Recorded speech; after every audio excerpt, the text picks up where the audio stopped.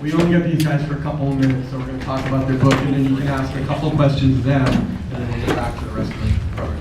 Sure. So I should talk about Orchid now? Yes. Well, yes, fantastic. I'd be happy to.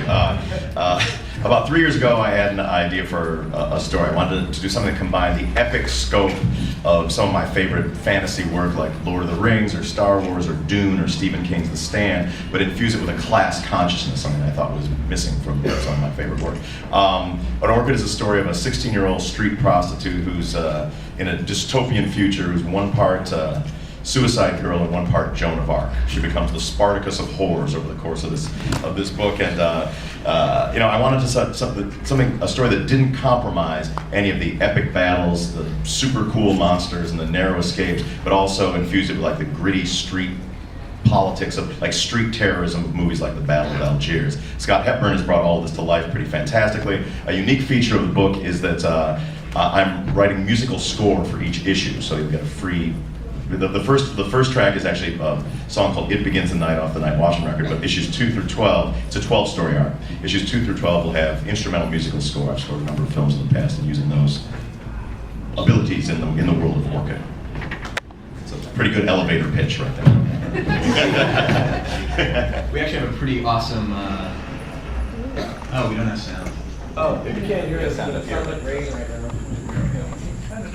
You can quietly hear it coming from my laptop right now.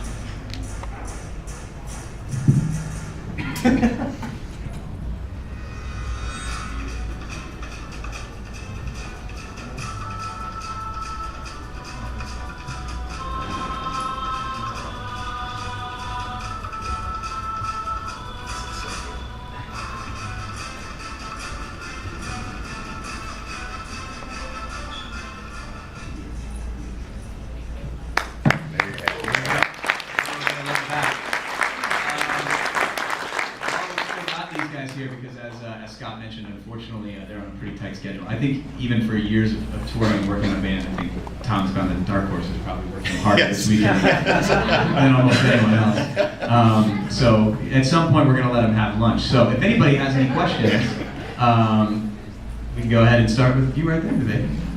Can you talk about the experience of scoring a graphic novel? Yeah. Well, I've worked on the score for both Iron Man films and done about another half dozen films as well. So the idea, the specific idea of scoring for, the inspiration for scoring Orchid came from two sources. One was Peter Gabriel's The Passion, which was the musical score for the movie Last Temptation of Christ.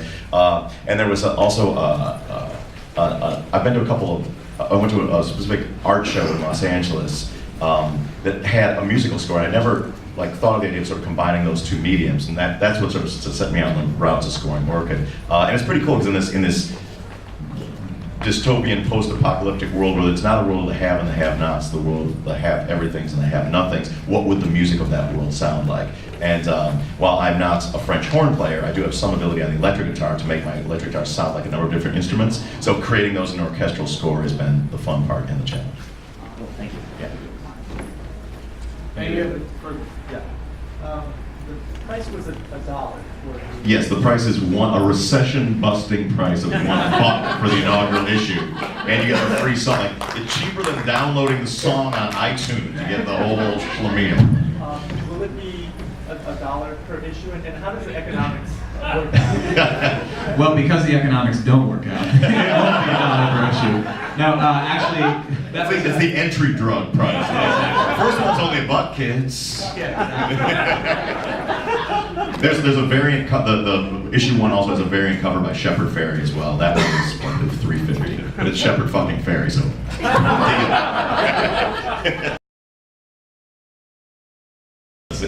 And I mean, from my point of view, it's like I was a huge comic book collector as a kid and as a teen, and I liked both in my music and in my comics. I loved escapism. I like bands like Kiss and Alice Cooper, and I like comics where Thor and the Hulk were beating the crap out of each other. When I became politically aware and started playing guitar, I put that down. Comic books have come quite a long way, in the intervening decades. And for me, the re-entry drug was V for Vendetta and Red Star were the two books that made me think that there's room now in comics for the ideas that I have beyond great battles between muscular dudes.